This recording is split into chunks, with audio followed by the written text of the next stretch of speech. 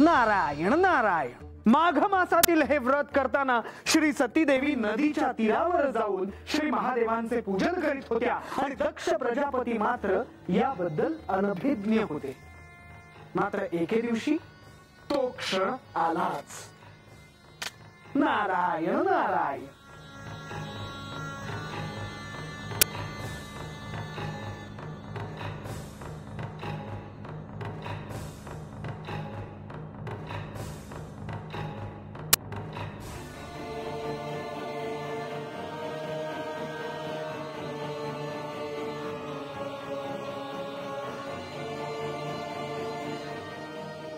साथी, काय आहे हे?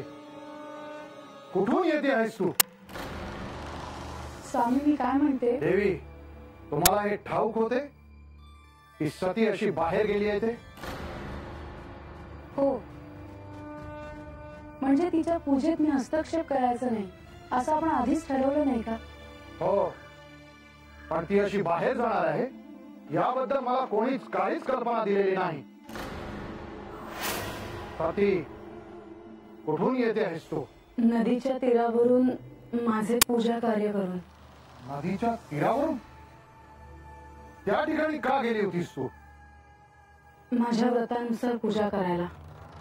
देवी, हा सगळा काय प्रकार आहे? राजप्रसादात एवढे सगळे घडूनही आपण मला काहीच सांगितलं नाही. सती, ये तू.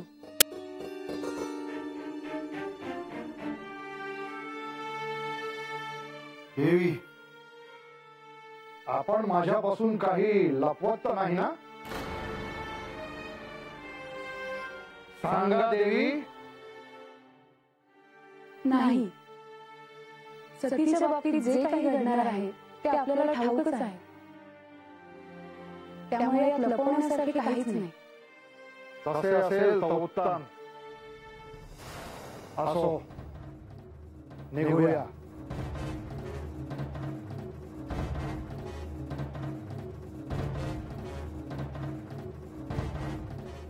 श्री सतीदेवींनी फाल्गुन मासात व्रत करताना संपूर्ण रात्र जागरण करून शिवपूजन केले होते.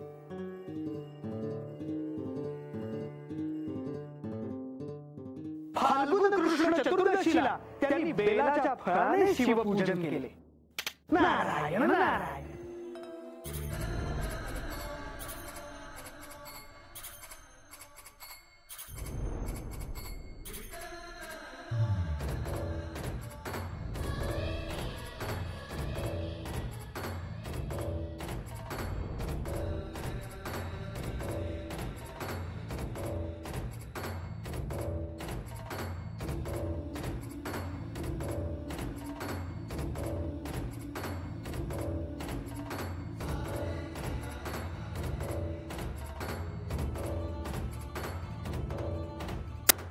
नारायण नारायण.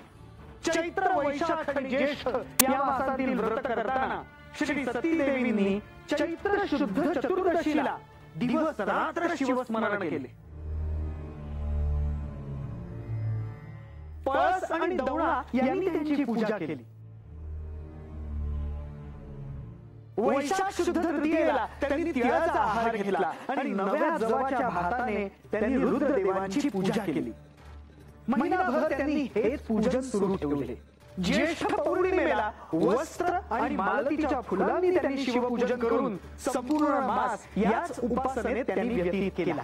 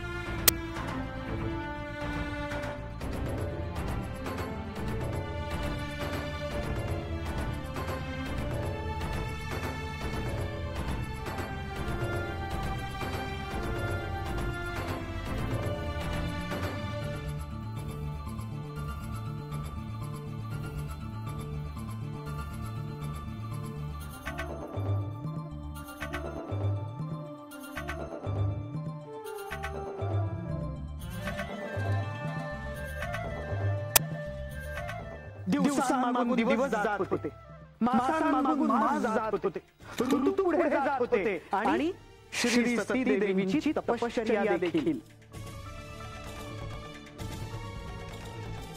निरनिराळ्या मासातील निरनिराळी व्रत करताना वेगवेगळ्या प्रकारे श्री सती देवींनी श्री महादेवांचे पूजन केले. महाराज, मला बी आठवतंय बघा, मी आधी काय किती व्रत केलेली होती.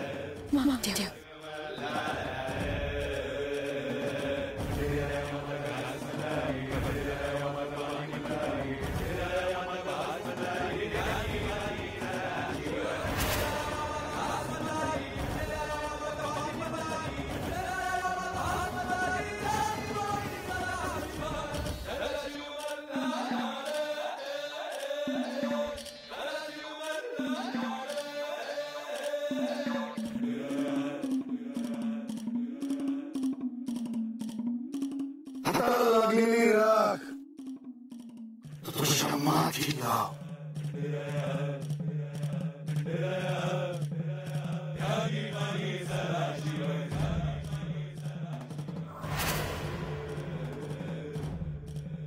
ओम नमो मार्तंड भैरवाय. ओम नमो मार्तंड भैरवाय. ओम नमो मार्तंड भैरवाय.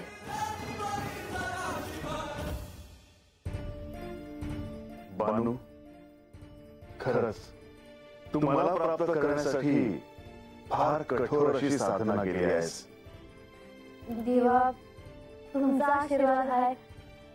अजून काय हो, मला अजून काय बी नको आहे. अजून तुला काही नको आहे हे विधान करू नकोस बानू. जेव्हा जेव्हा तू असं काही विधान करतेस तेव्हा तेव्हा तुझ्यातील सत्य जाणून घेण्याची तळमळ, ती ओढ कमी होते आहे असं मला वाटतं. असं काय झालं? काय नाही बानू, आजपर्यंत तू जे जे केलंस ते तुला या क्षणी आठवतंय. पण आता या क्षणी अशा अनेक महत्त्वाच्या गोष्टी आहेत ज्या तुला जाणून घेणं महत्त्वाचं आहे. मला ते ठाऊक आहे जी. नाही बानू, अशा अनेक गोष्टी आहेत ज्या मला ठाऊक आहे पण तुला ठाऊक नाही.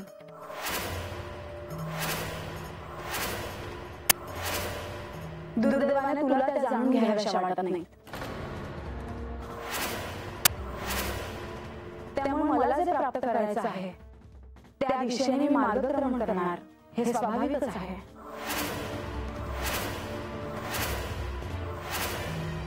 मला बी काय ठाऊक आहे जी. हो होय.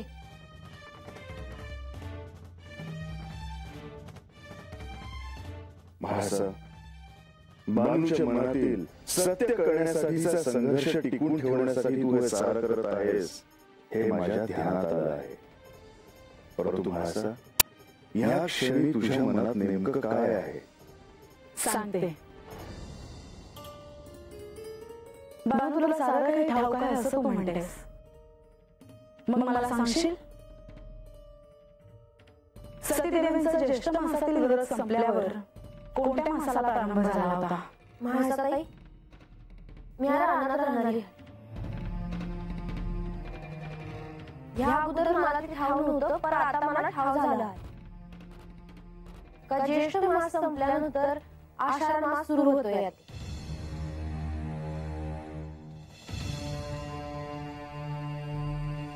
योग्य. आणि त्यानंतर श्रावण.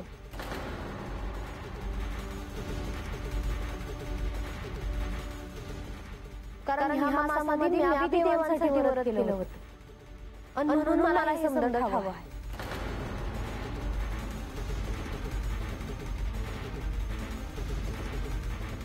असेलही.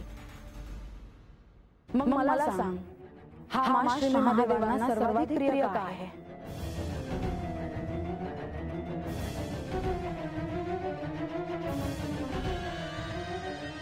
सांग बाजू.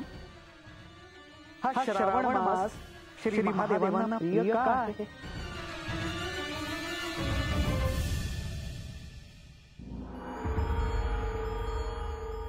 मी सांगते. कारण याच मासात पार्वती देवींनी कठोर असे व्रत करून महादेवांना प्रसन्न केले होते आणि महादेवांनी त्यांना दर्शन दिले होते.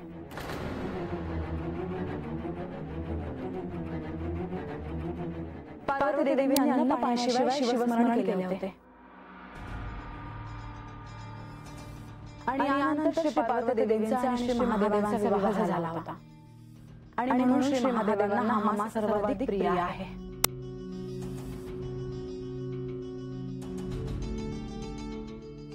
अशा अनेक गोष्टी आहेत बानू, ज्यापासून तू अनभिज्ञ आहेस.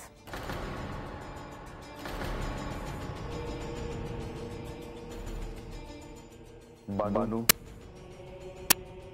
सतीने जी तपश्चर्या केली ते ऐकून तू जे काही व्रत केलेस त्याच्याबद्दल तुला आठवण होणे हे स्वाभाविक आहे. परंतु बानू, केवळ ह्यातच न राहता तुला पुढे जाऊन विचार करायला हवा. मी ध्यानात ठेवलं.